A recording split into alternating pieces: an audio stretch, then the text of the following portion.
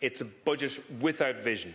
So this time last year, we were all listening to all of the different promises of a giveaway budget. And here we see retrenchment in the government's budgetary plans. Basically, no need to actually spend because we got the votes that were necessary to get us into these leather seats. And this year, we're going to have retrenching on it. And a post-election budget hammers the middle-income earners. So instead of the promised tax cuts that you mentioned, for Middle Ireland, there's actually a tax increase today. An incredible situation. Instead of the cut to student fees, there's actually a fee increase today. Instead of a once-off energy credit for families suffering from the cost of living crisis, there's actually a carbon tax increase today. So the government's going in the opposite direction in terms of the promises that they made last November.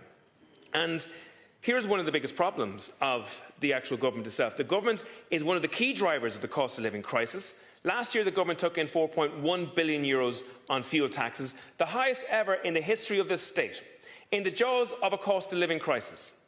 An incredible thing. Usually, governments actually reduce the pressure on families who are suffering from the cost of living crisis, but your government went in the opposite direction. And in terms of the carbon tax, it's an incredible situation. The carbon tax is being increased this year again. So last year, carbon tax took in about €1.1 billion. It's going to be increased again this year.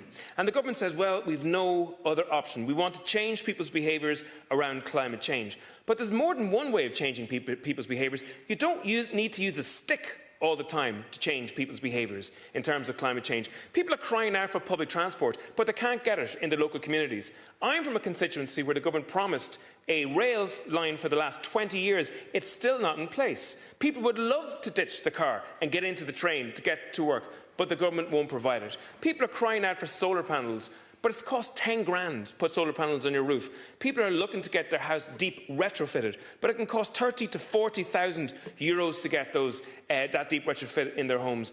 And people would love to buy electric cars, but they're significantly more expensive. So instead of using the carrot in terms of changing people's behaviours when it comes to climate change, this government is following on from where the Greens left off. Tax, stick to beat change into people. And it's wrong, and it's hurting people, and it's not fair. And that's where the government needs to change in relation to this.